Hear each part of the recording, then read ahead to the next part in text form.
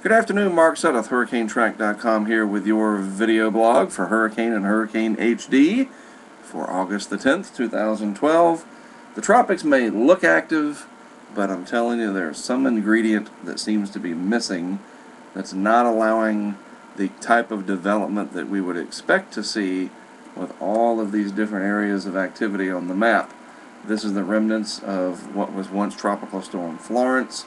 Here we have TD7, which is trying to make a little bit of an effort to develop, but it is struggling, moving very fast, and I think it's going to die away once it gets into the Caribbean Sea, if not before. Then we have Invest Area 93L between the Cape Verde, literally Cape Verde, Africa, and the Cape Verde Islands, and it'll bring some gusty winds, some showers, and squally weather to the Cape Verde Islands, but it too going to have a real tough time developing. Ironically, the main issue will be the remnants of Ernesto that are going to move into the eastern Pacific and redevelop there.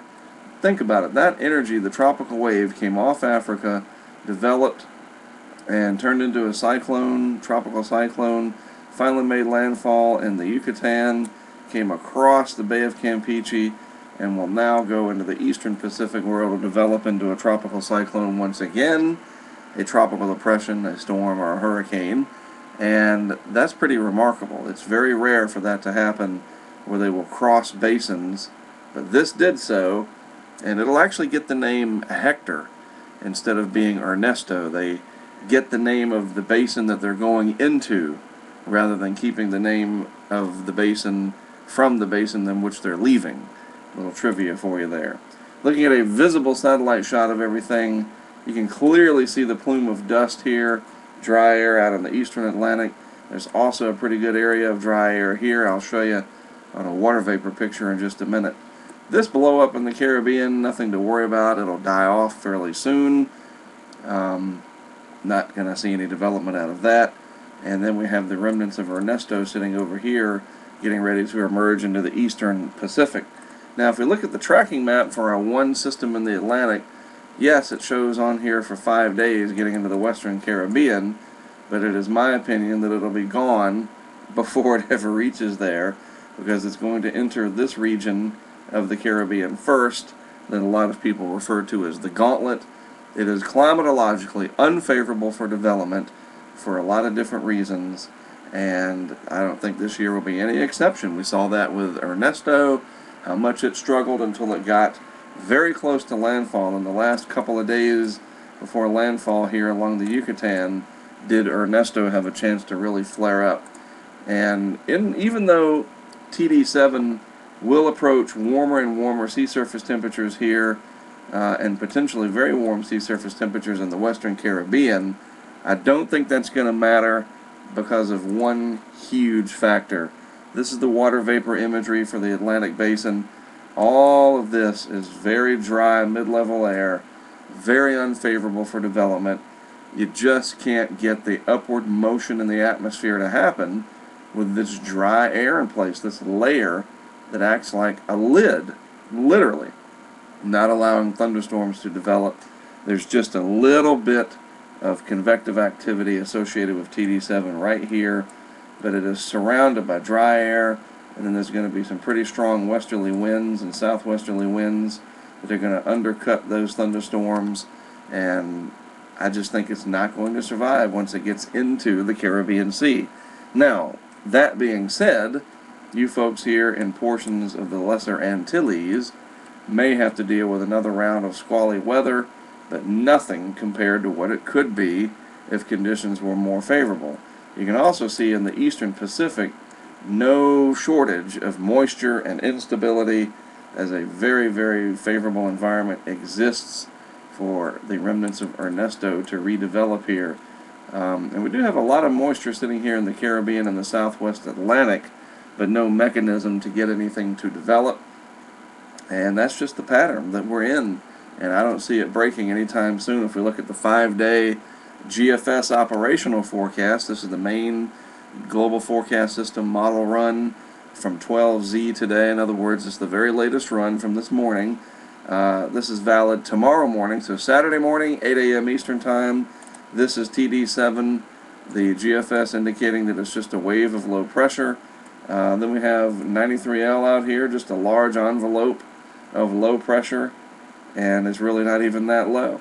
And then we have a cold front trying to sweep in up here across the Great Lakes, which is kind of unusual for this time of year. I say cold front, and there'll be a little bit of a change in the air mass, but nothing substantial. And 48 hours out, we see what is TD7 entering the Caribbean Sea. I think that it'll be gone by this point. And we also see 93L here. This is it. Nothing there, just a little puff of clouds as this front works off the east coast of the U.S. And finally, at 72 hours out in the eastern Pacific, we see just the edge here of the map. Ernesto's remnants trying to redevelop as a pretty broad area of low pressure exists in the eastern Pacific. This is 93L here. I can't even find TD7 in the Caribbean Sea. It's pretty much gone. And there's, pretty good onshore flow onto Africa, which is generally supportive for development, but there's just that huge hurdle of dry air to get over. And if we look at day 4, 96 hours, 93L sitting here, very, very weak, as more low pressure areas move off of Africa and empty into the Atlantic Ocean, where they kind of just poof and dry out. It's crazy to think that they come off of Africa, which is supposed to be pretty dry, especially the Sahara is what we think of, and then they hit the Atlantic and they dry up even more. That is really bizarre, but it's the way it is. Then finally, if we look out here at day 5, not a single tropical cyclone on the map that I can see. A tiny little impulse here representative of the weak low pressure area that is 93L now. TD7 really nowhere I can find on the map. Decent little monsoon trough off of Africa here, but no tropical cyclones indicated by the GFS out through day 5. That's just the pattern. So good news for coastal dwellers. You don't have to worry about any hurricanes this weekend and probably all of next week. Meanwhile, in the eastern Pacific, they're sailing right on through their list of names. Gilma sitting out here, it'll weaken and dissipate over colder water well to the southwest of the Baja. Then we have the leftovers of Ernesto that'll eventually become Hector here. It could, according to a lot of the models, kind of sit out here and eventually work its way up towards the Baja. Wouldn't that be something? 3 different landfalls in Mexico. One here, and then a third one up here. That's pretty amazing.